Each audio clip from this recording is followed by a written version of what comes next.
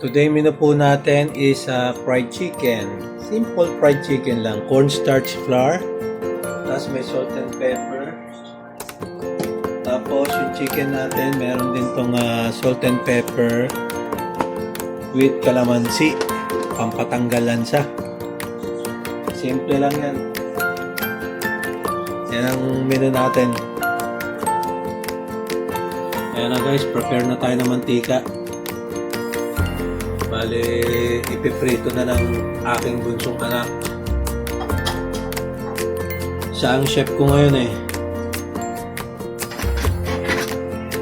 Ayan na, magano na tayo, breading na tayo. Huwag mo na pala.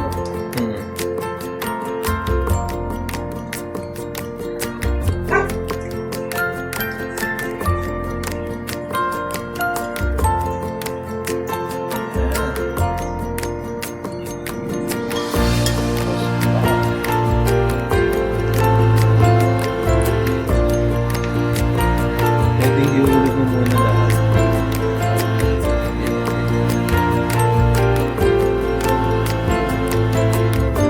Yung tatlo.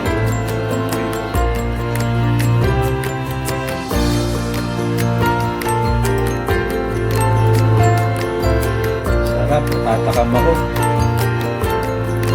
Bawal pa rin sa high blood to, pero tatanggalin ko ang balat nito. Iwas alta presyon.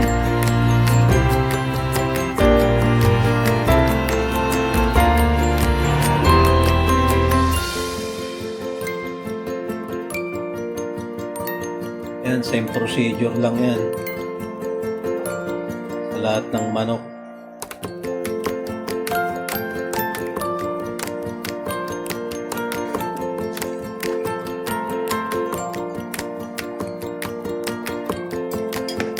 Mas masarap yan kung lalagyan nyo pa ng ano yan, timpla yung flour nyo.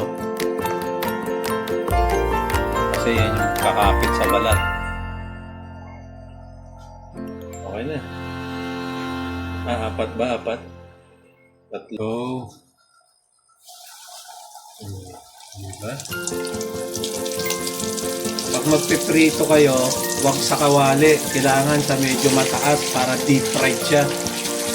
Kasi kapag sa kawali, malapad yung kawali, kahit maraming mantika mo, mababaw lang.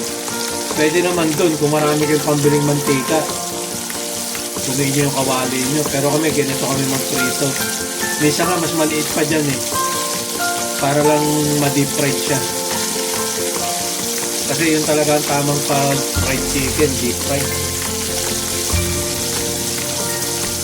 Okay, antayin natin yan guys. Hanggang sa maluto yan. Ayan na, nabaliktad na natin yan. Kailangan siya, babaliktarin nyo ng kagad. Lalo na pag malalaki yung manok. Para hindi siya nasusunog. Maya't maya ang baliktad yan. Pag nagpiprito kayo. So, pag maliit lang yung manok, manipis, okay lang yan. Pag mga hita, saka thigh, or yung breast, yun ang ano dyan, yun ang medyo naiilaw ang loob pagka hindi nyo kagad binabaliktad. Saka dapat, pag uminit na yung mantika niya, hihinaan nyo na siya. Yung pa-style para hindi masunog. Ganito. Okay, antayin natin lahat yun na prito guys. Tapos kakain na tayo. Okay, finished product is here. Then, mag-i-eat na tayo.